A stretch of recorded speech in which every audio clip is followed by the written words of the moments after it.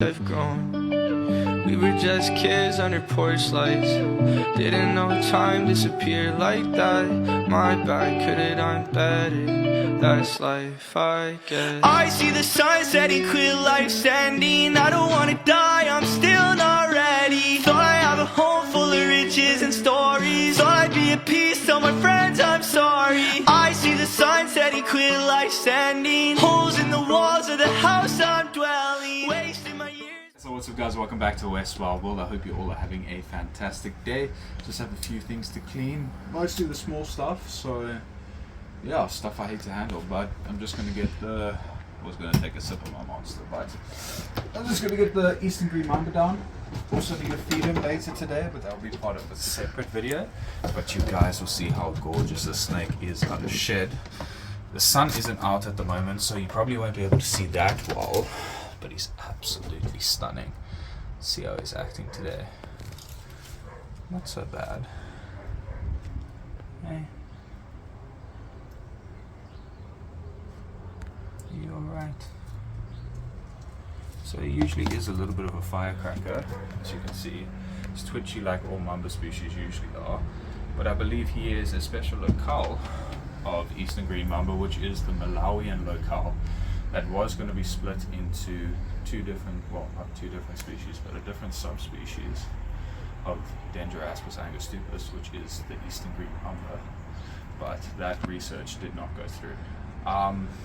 So yeah, but he's an absolutely gorgeous snake. I was growing him up from a wee little baby, about 20 centimeters long, and he's being a bit flighty right now. You can see how quick and arboreal they are.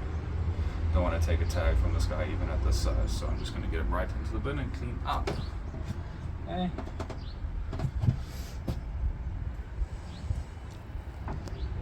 Okay, so just cleaned up his house. He took a little dump on his house over there, gave him some fresh water, and misted down his house because these guys are, well, they're not really tropical animals, but they do live on the east coast of South Africa, right on the beach, especially these Eastern Green Mambas. I don't think this locale, but they live in very high humidity places.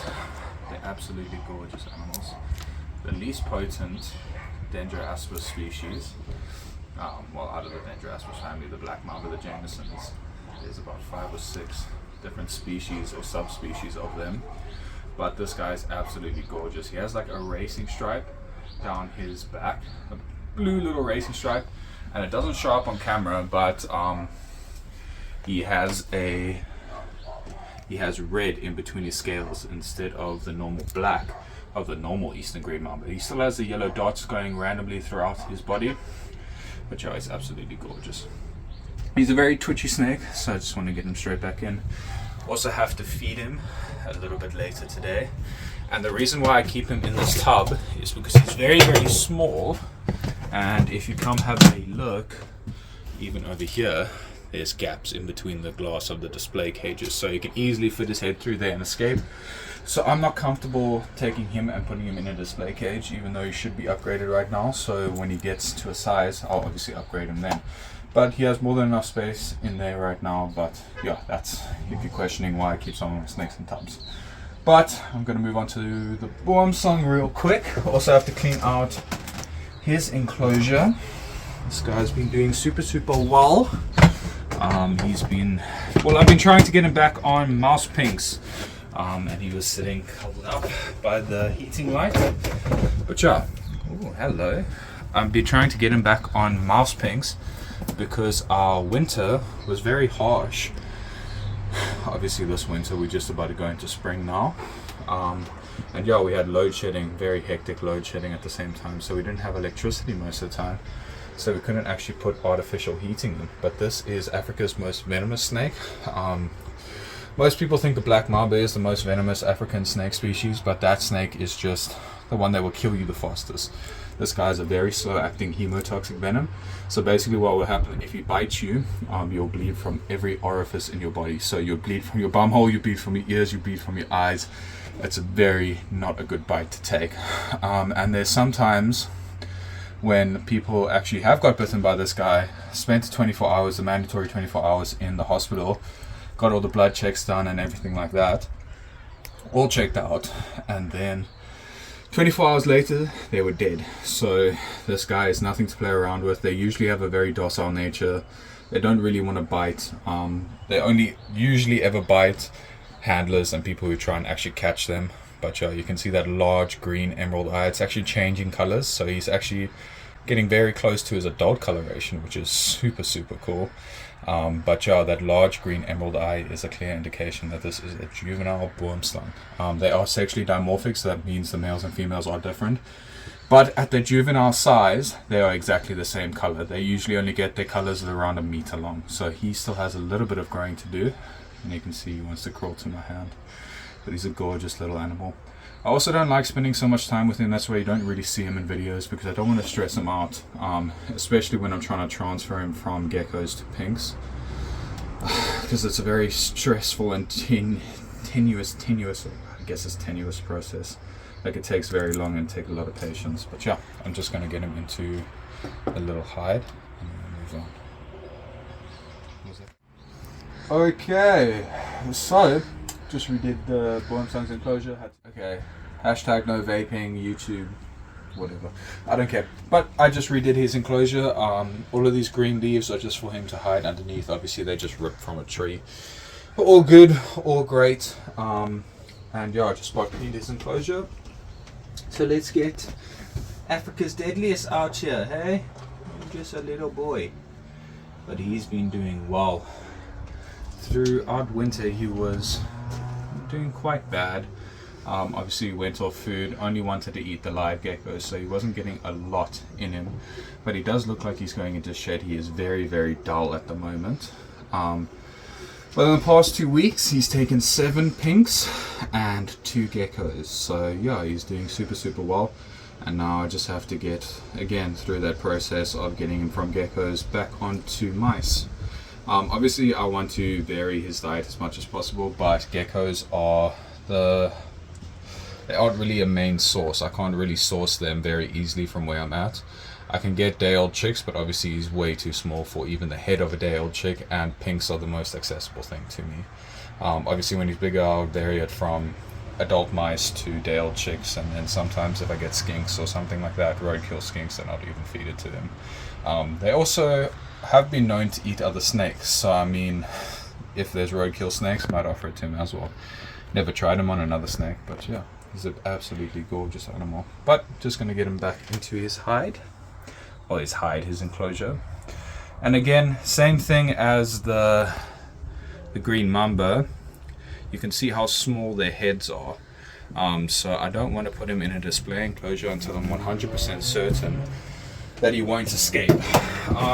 And talking about won't escape, you can come have a look over here, so what I've done for every single one of my enclosures is that I've got a photo of each snake that is in here, so it can be identified with a scientific name underneath. This isn't required by any laws like in Florida, but it's just for identification purposes, because I've been accused of losing snakes before. And yeah, so if a snake, thanks Broom, if a snake goes missing, I have photos to prove that it's not mine, or if the snake's not in the enclosure, it can be proved that it's mine. But yeah, I'm gonna move on to some other snakes, and I'll see you guys there. Okay, so next up is going to be a non-venomous snake of the name of Sassy. And as soon as I find her, I will explain to you why we call her Sassy. Obviously, it's a fossorial species, which means that they live underground. That's why the enclosure is so plain and boring. It's because they spend most of their time underground in mole burrows. Obviously, the name mole snake, they're hunting for moles in those burrows. It makes it extraordinarily difficult to find them when I need to clean, but it's very good for them. Hey Sassy, where even are you? There you are. Hey girl. There's Sassy. Beautiful mole snake. These guys are non-venomous, native to South Africa. They actually are extraordinarily good to have in your garden. as they will control the moles. Obviously no one likes moles to ruin their lawn and the other rodents around, but they're absolutely gorgeous. She's actually behaving fairly well today. Actually very, very surprised. She's in her juvenile colorations. Well, there we can see that she's sassy. She's in her juvenile colorations at the moment, which is these blotches down her. When she's an adult, she'll be like a beige, even like a greenish sort of color. She can even go to a creamy white, even a brick red, or even a pitch black. I mean, the color variation of them is so intense, and you can see how twitchy she is. She's a very, very sassy snake. Most mole snakes are like this, especially the wild ones that I come across. Some are super, super chilled, and others are just wanting you dead the whole time. What's cool about these guys is that they actually have sexual dimorphism, not in colors how most people would know it, like with the Boomslangs.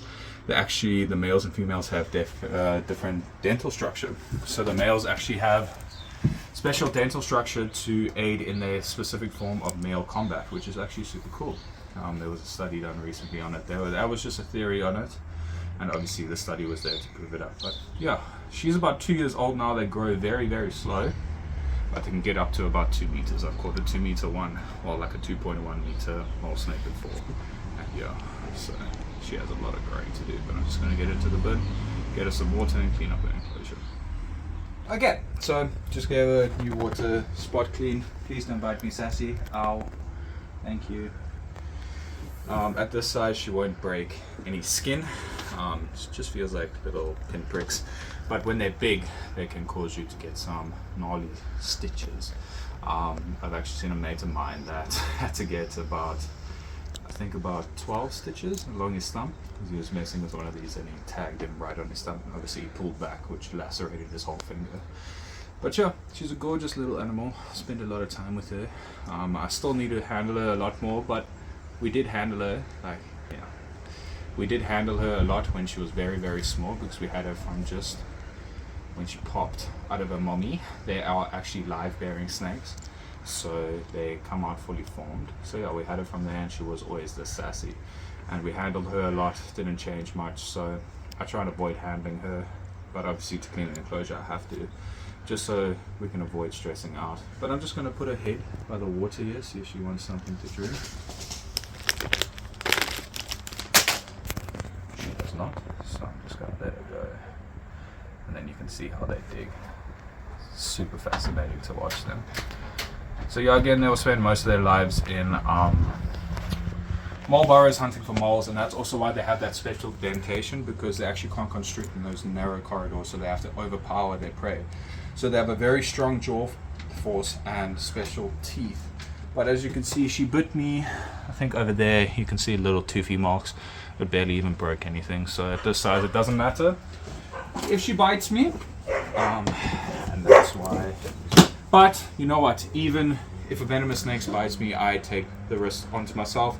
I handle in whatever way I see fit, and if you don't agree with it, you can kiss my ass. That's about it. Okay, so next up is going to be my little shield nose cobra.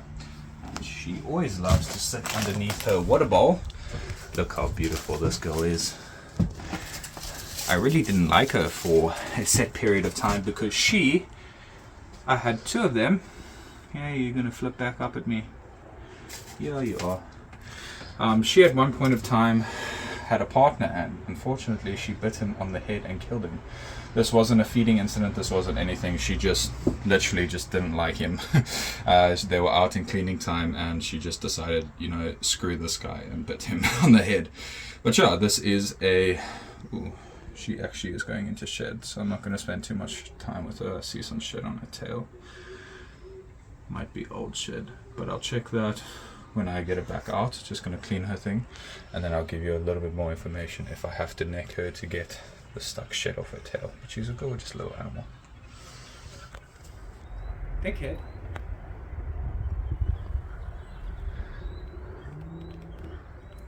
Okay, I don't know what my girlfriend was doing, but I have this little shield nose cobra archer. It was a little bit of stuck shed on her tail, so I just necked her quickly with a glove. I don't really trust these gloves, besides with small vipers and small elapids.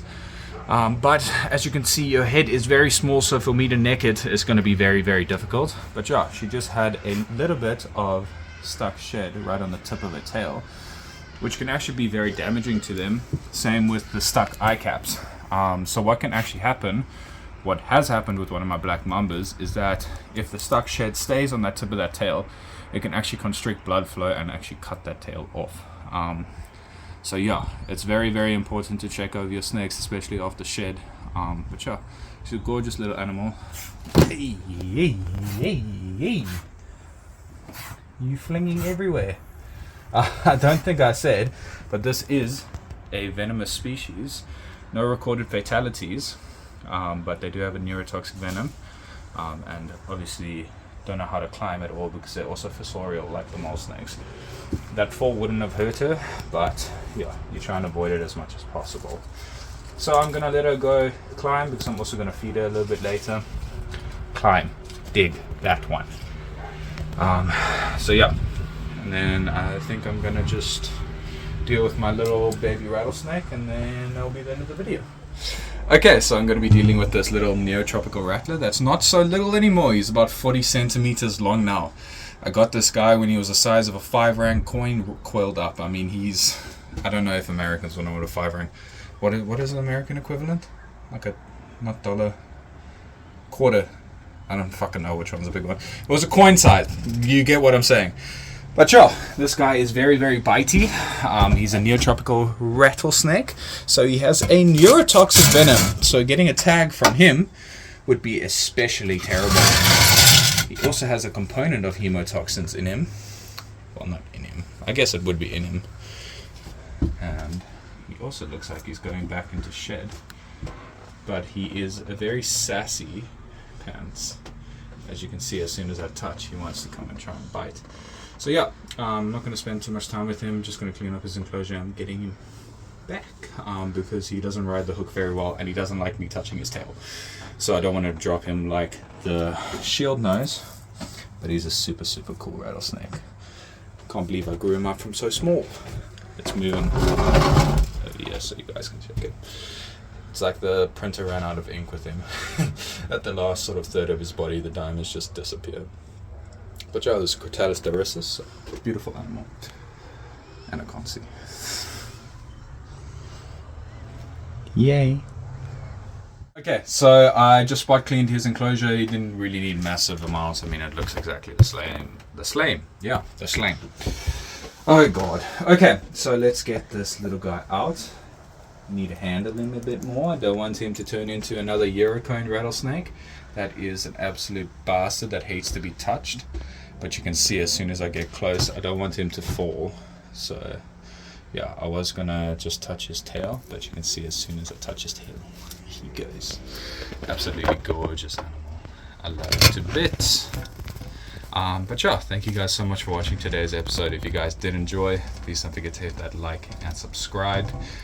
And yeah, I'll see you in the next one. Peace.